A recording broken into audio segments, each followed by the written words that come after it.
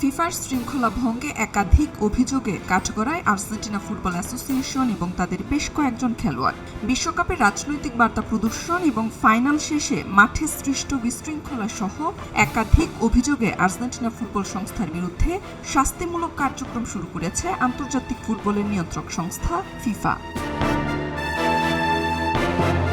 আটলান্টায় সেমিফাইনালে ইংল্যান্ডের বিরুদ্ধে 2-1 গোলের রোমাঞ্চকর জয়ের পর আর্জেন্টিনার খেলোয়াড়রা লাস মালভিনাস সোনে আর্জেন্টিনা, ফকল্যান্ড দ্বীপপুঞ্জ আর্জেন্টিনার লেখা একটি রাজনৈতিক ব্যানার প্রদর্শন করেন। ফিফা পরিষ্কার জানিয়েছে, ক্রীড়া মঞ্চকে কোনো ধরনের অক্রীড়া সুলভ বা রাজনৈতিক প্রদর্শনী হিসেবে ব্যবহার করা তাদের আচরণবিধির স্পষ্ট লঙ্ঘন।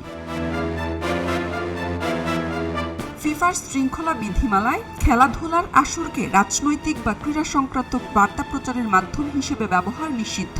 ব্যানার প্রদর্শনের পর বিষয়টি নিয়ে দুই দেশেই রাজনৈতিক প্রতিক্রিয়া দেখা দেয়। তৎকালীন ব্রিটিশ প্রধানমন্ত্রী কিয়ার স্টারমারের মুখপাত্র বলেন, বিশ্বকাপের শিরোপা না পেলেও ফকল্যান্ড দ্বীপপুঞ্জ ব্রিটেনেরই থাকবে। অন্যদিকে যুক্তরাষ্ট্রের হোয়াইট হাউসের ফিফা বিষয়ক দায়িত্বপ্রাপ্ত অ্যান্ড্রু জুলিয়ানি আর্জেন্টিনার খেলোয়াড়দের পক্ষে অবস্থান নিয়ে বলেন, যুক্তরাষ্ট্র মত প্রকাশের স্বাধীনতায় বিশ্বাসী।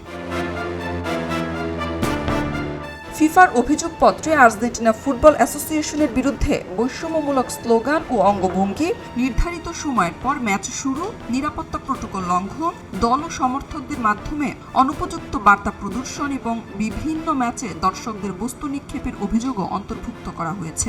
এছাড়া স্পেনের কাছে অতিরিক্ত সময়ে 1-0 গোলে হেরে বিশ্বকাপ ফাইনাল শেষে মাঠে সৃষ্ট বিশৃঙ্খলার ঘটনাতেও কয়েকজন আর্জেন্টাইন খেলোয়াড় ও কর্মকর্তার বিরুদ্ধে পৃথক তদন্ত চলছে।